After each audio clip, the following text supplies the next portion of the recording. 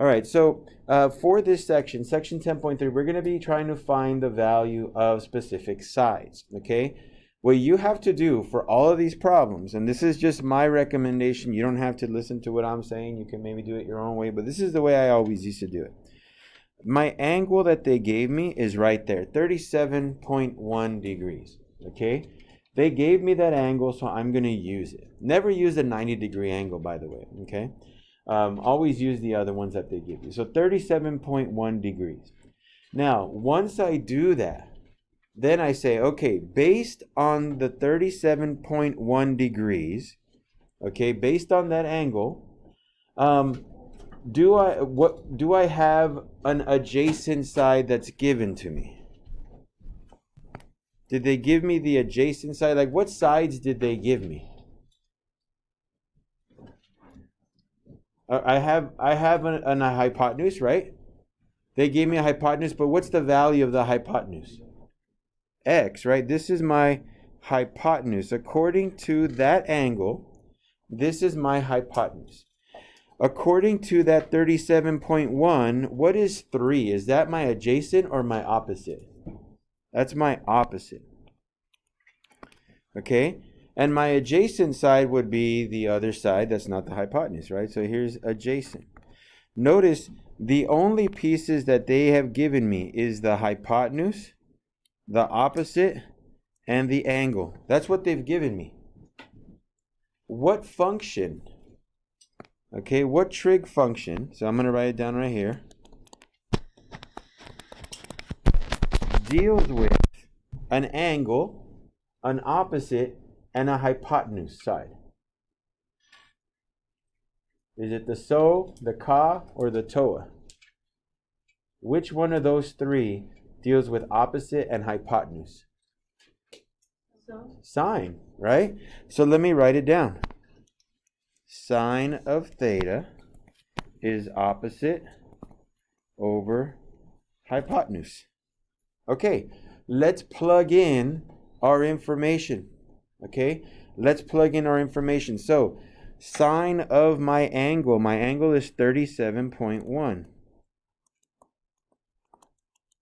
degrees, equals to the opposite, that's 3. The hypotenuse is x. Okay, so I got to solve for x. Okay, I got to solve for x. So what I'm going to do is, you guys remember cross multiplication? I'm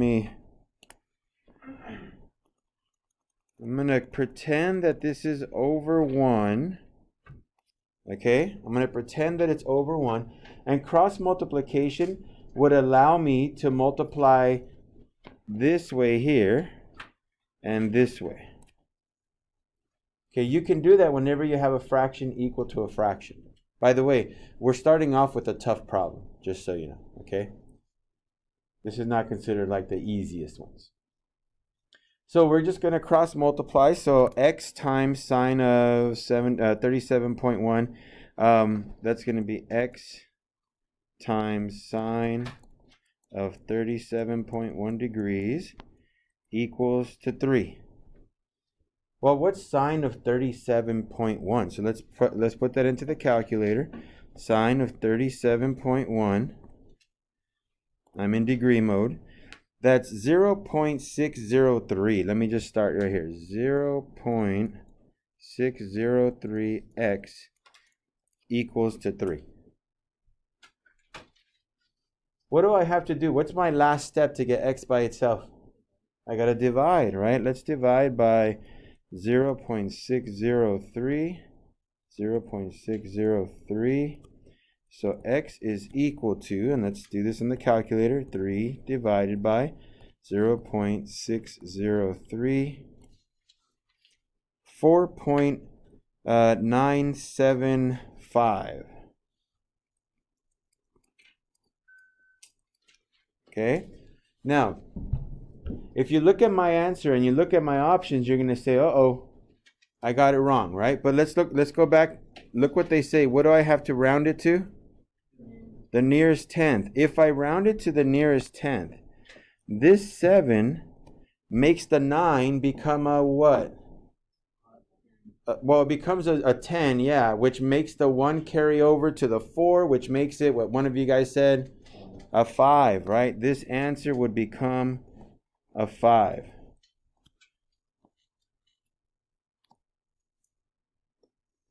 Okay, this is how you're going to be solving for sides. You're going to highlight your angle and then ask yourself, what did they give me? Did they give me adjacent and hypotenuse? Did they give me opposite and hypotenuse? Did they give me opposite and adjacent? Like, what did they give me? Based on whatever they give you, you're going to choose the right trig function, right? If you have adjacent and hypotenuse, you use cosine.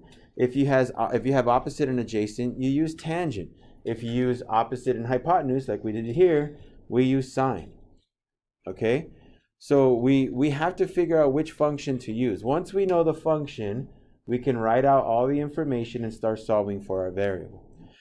The hardest problems to solve for are the ones where x is in the denominator, like the ones we just did right now. Not because they're super difficult, but it just takes more steps.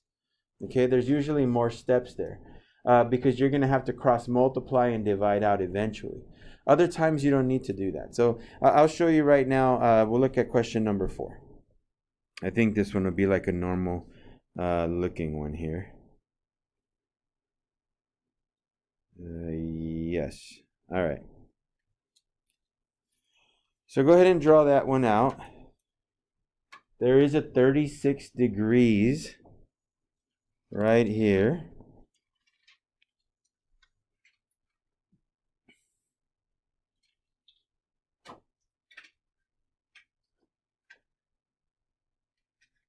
Okay, so they gave me a 36 degrees. I'm going to write down the little acronym again. So, this question is on the quiz. The question is, which acronym do you use to remember your trig functions? Okay, so make sure you memorize that. Okay, because that's going to be one of those questions. So, I have my 36 degrees. Did they give me an opposite side? Did they give me one of those? No, right? The opposite side would be over here. I don't have anything there. All right. Which one is my hypotenuse then? The 8. Thank you. So that means this has to be the adjacent side. So notice, hypotenuse is given and the adjacent side is given. Which one deals with adjacent and hypotenuse? Cosine. So let's write that out. Cosine of theta equals adjacent over hypotenuse. Okay? Because that's the main thing. You got to figure out which equation are you going to use. You can't just use any one because you need parts that are given to you. Notice sine and tangent, they both require opposite, and if you look at my picture, there is no value for the opposite side. Okay, so you don't want to use those two. All right, let's write down our angle and everything that we have. So cosine of 36 degrees is equal to adjacent, which is x, over hypotenuse, which is 8. Now notice, I can finish off this problem in one step. Okay? I just got to get that 8 out of there. How do I move that 8 over to this side? What do I have to do? If it's dividing by 8. What's the opposite of division? Multiplication. So we're just going to multiply by 8. So here's my answer. I just got to calculate it. 8 cosine of 36 degrees. That's going to be x. Okay? So let me type that into my calculator. 8 times cosine of 36 degrees is equal to 6.472. So 6.472. That's approximately x. They said round to the nearest tenth. So I'm going to have to get this 7 and round the 4. That will make the 4 into a 5. So 6.5 is equal to x. Okay? All right, so let's do, we did a cosine problem. We did a sine problem. Let's see if there's a tangent problem. Then I'll let you guys work on this on your own. All right, here's a tangent problem. So number 8. All right, that way we do one of each. Sine, cosine, tangent. You'll notice it doesn't matter which one we do. They all just have formulas. You fill in the information and you solve. Okay? So let me just write this out again. So, I already told you we're going to use tangent, but you'll see it right now. The angle is right here, 68 degrees. Okay? 68 degrees. Let me mark that up a little bit wider. Okay? So remember, the first thing I always tell you guys is identify the hypotenuse. Okay? The hypotenuse is out here. That's opposite the 90-degree angle. Notice there's nothing there. There's nothing in the hypotenuse. That means I'm not going to use sine. I'm not going to use cosine because there's no hypotenuse. Okay? Which one is my opposite? X. Thank you. Which one is my adjacent then? 7.1. Okay, so I'm just going to write it right there. So notice I do have an opposite. I do have an adjacent. OA, that's tangent, right? TOA, tangent OA. So let's write my formula. Tangent of theta is equal to opposite over adjacent. Okay, my angle is 68 degrees, so tangent of 68 degrees is equal to opposite, which is x, over adjacent, which is 7.1. So to get x all by itself, I'm just going to multiply, right? Just multiply. Remember, these are the easier problems because you don't have to like do a proportion and cross multiply and then divide out and stuff later. That was like number 2, the one that we did earlier. Those are the tougher ones. Then you have some of these that are a little easier.